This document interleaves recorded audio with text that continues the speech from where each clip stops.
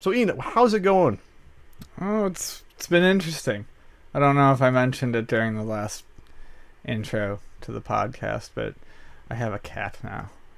He is a prescription cat, basically. Prescription cat? Yeah. So he helps cure you of your bad eyesight? Is that what you mean? Of my bad moods. No, so he's technically known as an emotional support cat. I'm not allowed to call him my pet.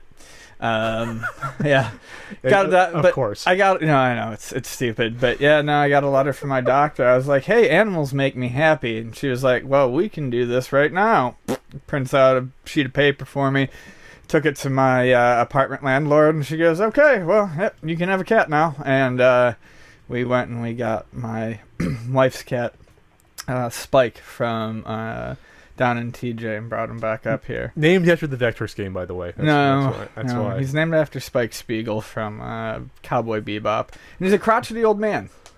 Crotchety old man? Crotchety old man, but he loves me, and he loves Vonnie. He doesn't like being bothered by anything? He doesn't like that. He doesn't like that rock and roll? He doesn't like the music you spin? Well, the really funny thing is whenever I turn on my synthesizers and I start playing around with him, he sits underneath the table where the synthesizers are. Oh. I feel like they take him on a space voyage.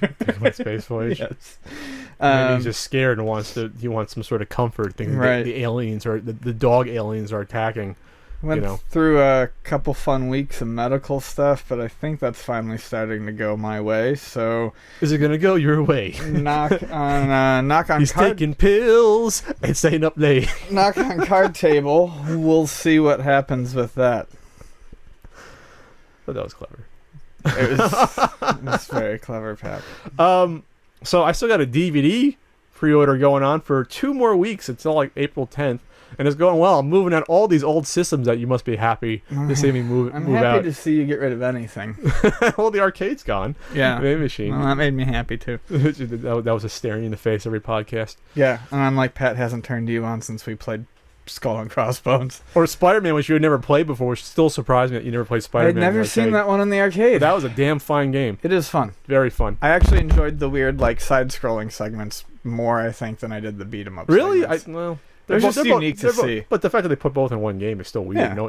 No beat 'em up was doing something like that. It was very unique. And then yes, a new Pat the NES Punk episode will be coming, thankfully, before the end of March, and it will be under 15 minutes. And I say that hesitantly, but I'm pretty sure this time, because the script is not usually like the 9 pages they usually. I won't believe it until I don't see it, but check the time. You won't believe it until you don't watch and hear about from me after it's done.